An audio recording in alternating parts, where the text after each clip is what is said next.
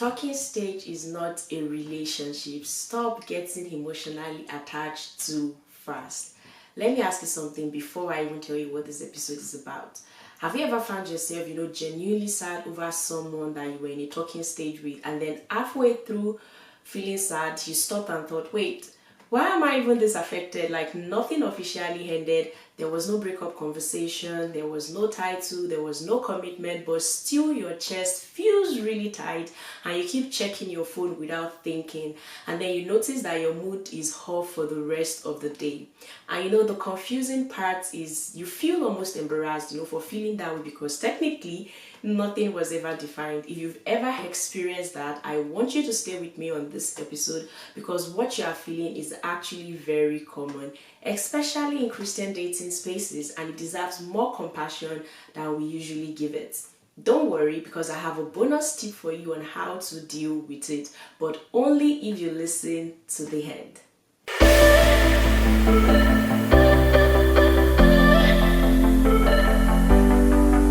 Hello my friend, my name is Precious Lalere and I'd like to welcome you to the Cut of Love podcast, where we rule on matters of the heart using biblical principles. Today, we are talking about the talking stage, specifically why the talking stage is not a relationship and why so many of us end up emotionally attached way earlier than we realize. And I want to say this up front so that there is no confusion. This is not an episode about blaming yourself or shaming your emotions or even telling you to be just less emotional. This is about understanding why attachment forms so quickly and why anxiety shows up in undefined connections, and how to move through that in the dating scene in a way that makes you feel grounded, calm, and not constantly stressing. And so you might ask, why do we grieve people who never committed to us? Let's start with something uncomfortable but very real. The truth is, we grieve people who never actually committed to us for several reasons, and one of it is lost expectation. We lost the routine, the consistency, the good morning text, the sense of being thought about by someone, and the hope of what this could, turn into. And that kind of loss still kind of hurts, even if there was no label attached to it. So if you've ever felt that grief, please hear this clearly. You are not crazy, you are not dramatic, and you are definitely not emotionally unstable. What happened was that, you formed an emotional attachment way too soon. Okay, let's set the foundation. What is the talking stage and what isn't? You see, when people say that they are in the talking stage, what they usually mean is that there is interest, there is communication and curiosity, but no agreement yet. The talking stage is meant to be a space of observation. You are learning how someone shows up over time.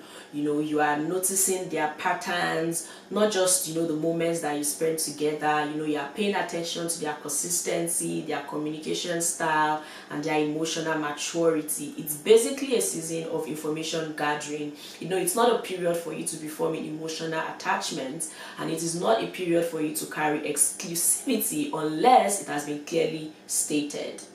The talking stage is also not a period for you, to involve deep emotional dependence, and it's not a period for you to have relationship level expectation before there is even relationship level clarity.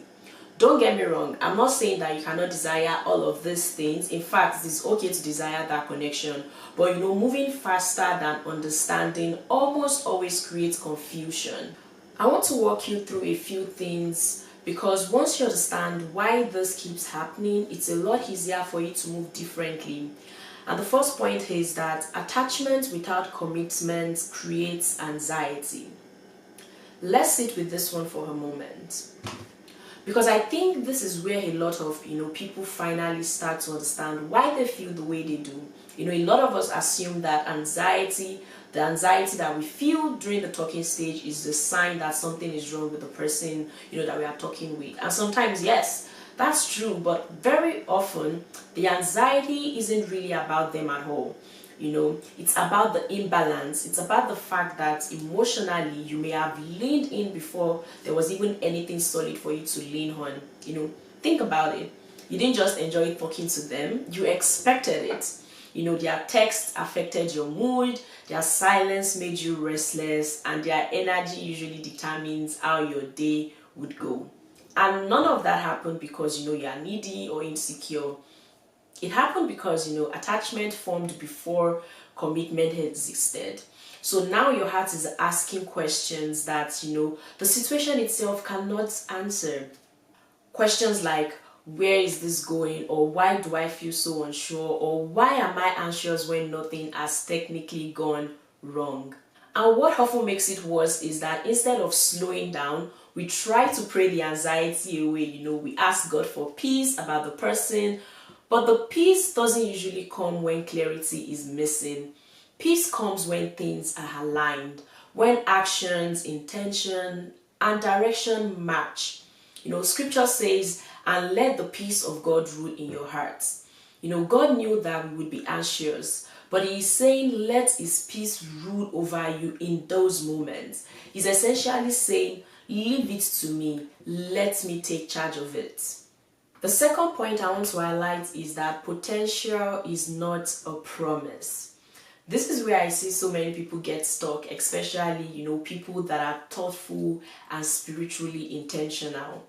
You start noticing all the good things about this person that you are talking to. They seem kind, they speak well, they say the right things about faith. They feel like someone who could be a great partner. And slowly, without you even realizing it, you begin to relate to who they might become instead of who they are actually being with you right now. And you start to fill in the gaps with hope.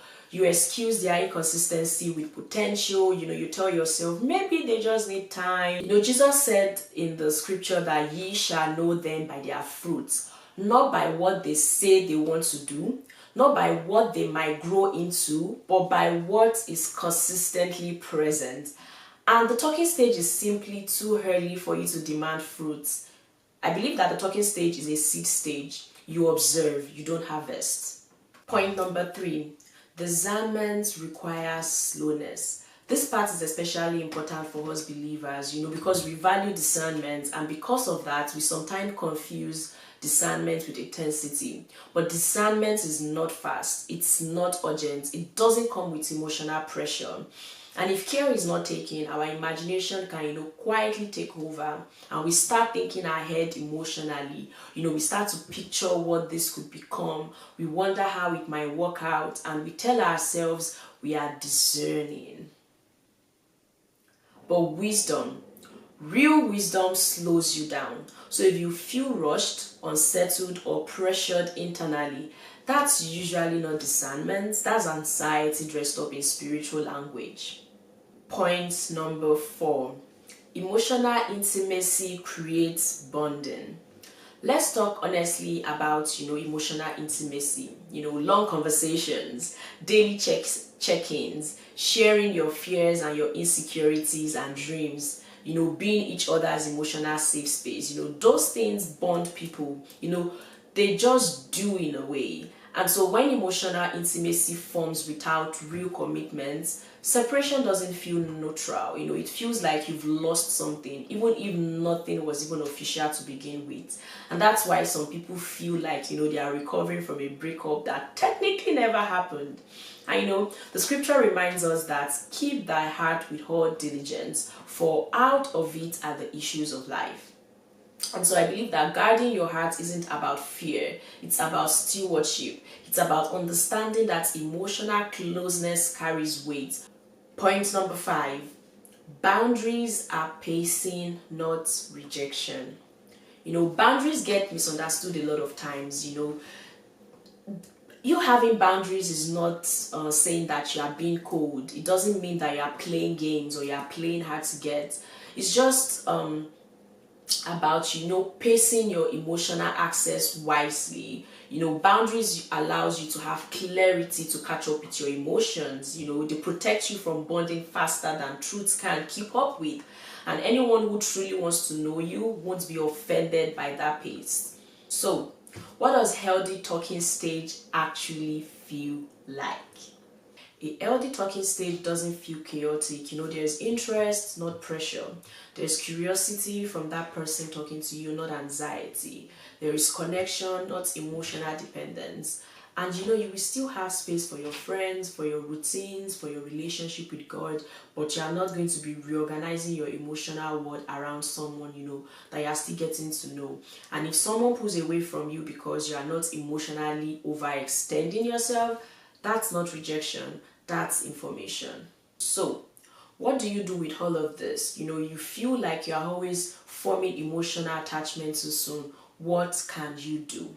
The first thing I would say is, start paying attention to how quickly you are emotionally leaning in towards someone that you're in a talking stage with. Notice when your mood starts depending on their consistency, especially when that consistency was never promised to you in the first place. As well as, give yourself permission, to observe instead of immediately investing. Notice patterns over time instead of getting swept up in moments. Because anyone can be intense for a week, but consistency shows up slowly. So make sure that you are checking in with yourself and you are asking yourself honestly, do I feel grounded in this connection, or am I constantly unsettled? Because peace is a signal worth listening to. It shows you if you are letting go of your need to control the pace or outcome of that talking stage. And be mindful of emotional exclusivity early on. Don't let one person replace your support system before they've even earned that level of access to you. Alright, that's everything that I have for you on this episode. If this episode blessed you, make sure to smash the like button and share with a friend or someone who needs freedom from overthinking. Don't forget to follow, subscribe, so that you'll be the first person to get notified when I make a new content like this. Till I come your way again next time, stay blessed.